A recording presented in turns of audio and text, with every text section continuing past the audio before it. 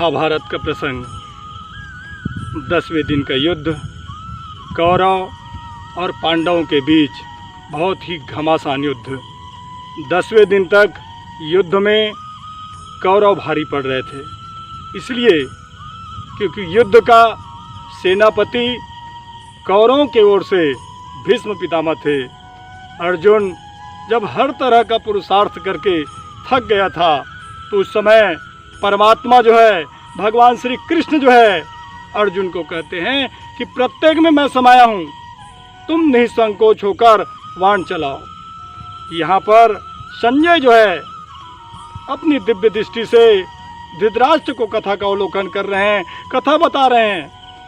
वह कहते हैं कि अर्जुन का जो बाण है, भीष्म पितामह को ऐसा महसूस होता है मानो स्वयं परमात्मा ही बाण के रूप में उनके ऊपर आ रहे हैं।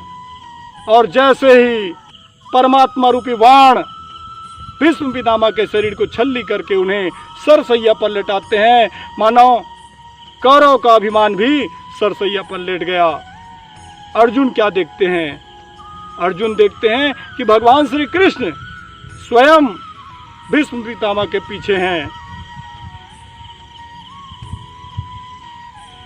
संजय बताते हैं कि प्रत्येक बाण ऐसा महसूस हो रहा था मानो स्वयं परमात्मा श्री कृष्ण जो है बाण के रूप में आ रहे हैं। अर्जुन ने देखा कि भीष्म के पीछे स्वयं भगवान कृष्ण खड़े हैं, ईश्वर खड़े हैं। मतलब प्रत्येक घटना के पीछे कहीं न कहीं ईश्वर खड़ा होता है। जिस दिन हम यह बात जान ले कि प्रत्येक परिस्थिति में परमात्मा हमारे साथ होते हैं, तो मान के चलिए हमारे अंदर में जो अकेलापन, जो तनाव महसूस होता है, वह कभी नहीं होगी।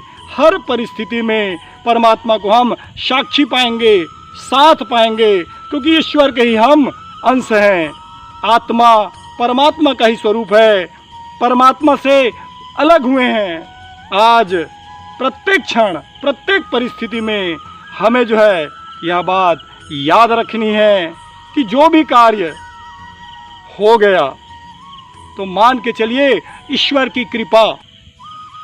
प्रत्येक कार्य हो गया तो मान के चलिए ईश्वर की कृपा, और नहीं हुआ तो ईश्वर की इच्छा नहीं हुई थी। इसलिए दोनों ही कार्य आपको केवल अपने कर्म करना चाहिए।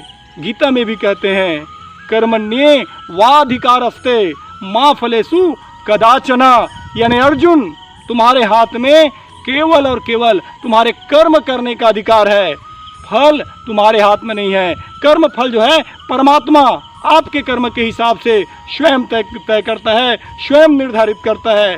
इसलिए ईश्वर को हमें सर्वोपरि बनाना चाहिए, मानना चाहिए। ऐसे ही ज्ञानवर्धक, रोचक,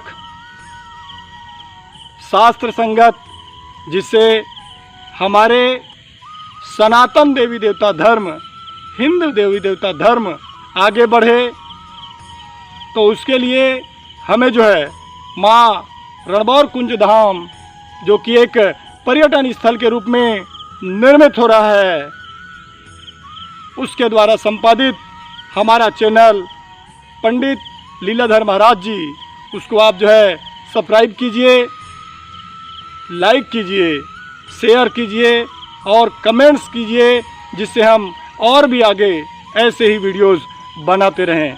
राधे राधे, जय श्री कृष्णा।